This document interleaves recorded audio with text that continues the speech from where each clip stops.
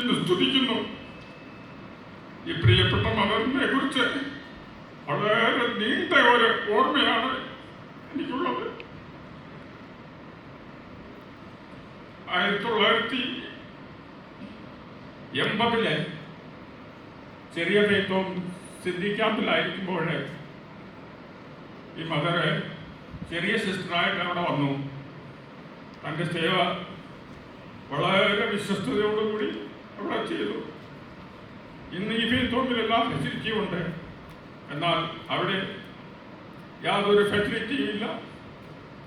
Even വെള്ളം പോലും താഴത്തെ സ്റ്റെപ്പിൽ താഴെ നിന്ന് കോരിക്കൊണ്ട് വരണമായിരുന്നു.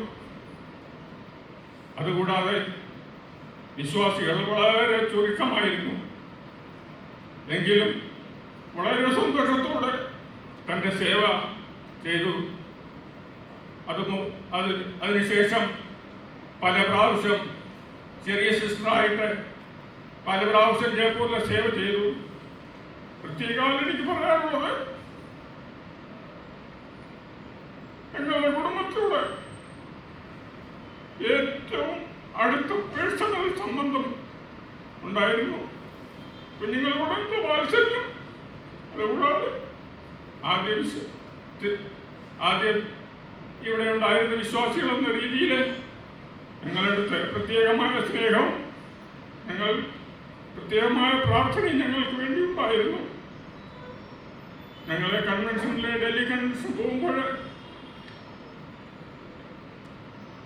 അല്ലാതെ എവിടെയെങ്കിലും കൺവെൻഷൻ പോകുമ്പോൾ ഞങ്ങളെ തെരഞ്ഞു പിടിച്ച് ഈ അമ്മച്ചിയെ തിരക്കി പ്രേസിലോട് പറഞ്ഞിട്ടായിരുന്നു വരുന്നത്. അങ്ങനെ എല്ലായ്പ്പോഴും ഒരു പേഴ്സണൽ റിലേഷൻ വെച്ചുകൊണ്ടിരിക്കുകയായിരുന്നു. പ്രത്യേകമായിട്ട് എൻ്റെ ഭാര്യയുടെ കാലിൽ ഒരു വ്രണം മാതിരി വന്നു. അത് വളരെ കഷ്ടപ്പെട്ട് പൊറുക്കുവാൻ തീരെ കഴിയാതെയിരുന്നു. വെരിക്കോസ് വെയിൻ അങ്ങനെ സാധാരണ രീതിയിൽ പോകുന്നതല്ല.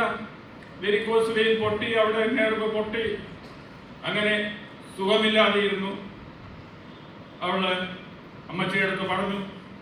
പല പ്രാവശ്യം അമ്മച്ചി പ്രാർത്ഥിച്ച് അത്ഭുതമായ സൗഖ്യം തന്നു. അത് ആ വ്രണം എവിടെ നിന്ന് പോലും അറിയാത്ത രീതിയിൽ പോയി. വെരിക്കോസ് വെയിൻ സാധാരണ രീതിയിൽ ഒരു ഡോക്ടർമാർ പോലും ചികിത്സിച്ച് മാറ്റുവാൻ സാധിക്കുകയില്ല. എങ്കിലും അമ്മച്ചി എന്നുവരെ സൗഖ്യം വരുന്നില്ല. അന്നുവരെയും പ്രാർത്ഥിച്ച് പരിപൂർണമായ സൗഖ്യം പ്രാപിച്ച് സന്തോഷം പ്രാപിക്കുന്നതുവരെയും പ്രാർത്ഥിച്ചു, സൗഖ്യം പ്രാപിച്ചു. ഞങ്ങൾക്ക് വേണ്ടി ഞങ്ങളുടെ പ്രശ്നങ്ങൾ ഷെയർ ചെയ്ത് പല പ്രാവശ്യം ഞങ്ങൾക്ക് വേണ്ടി ധൈര്യപ്പെടുത്തിക്കൊണ്ടിരുന്നു. ദൈവനാം നന്ദിയോടെ സ്തോത്രം ചെയ്യുന്നു.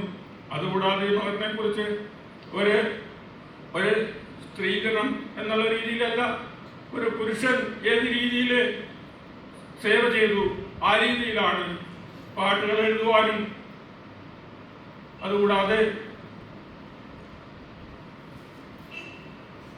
വേലക്കാരിൽ പ്രദേശില്ലാത്ത സമയത്ത്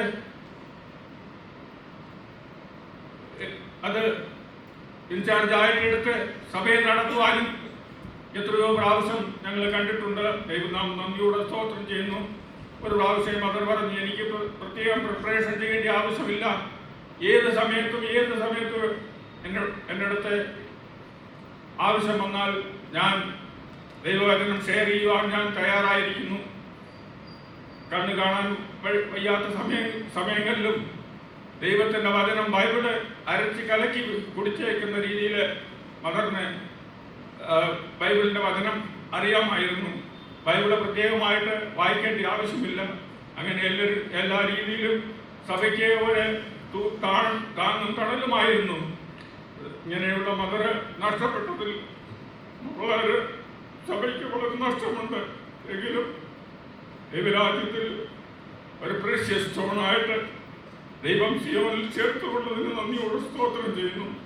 ഇത് വർണ്ണമുള്ള മദർമാർ വളരെ ചുരുക്കമാണ്. അവരുടെ ജീവിതം കണ്ടുപിടിക്കുവാൻ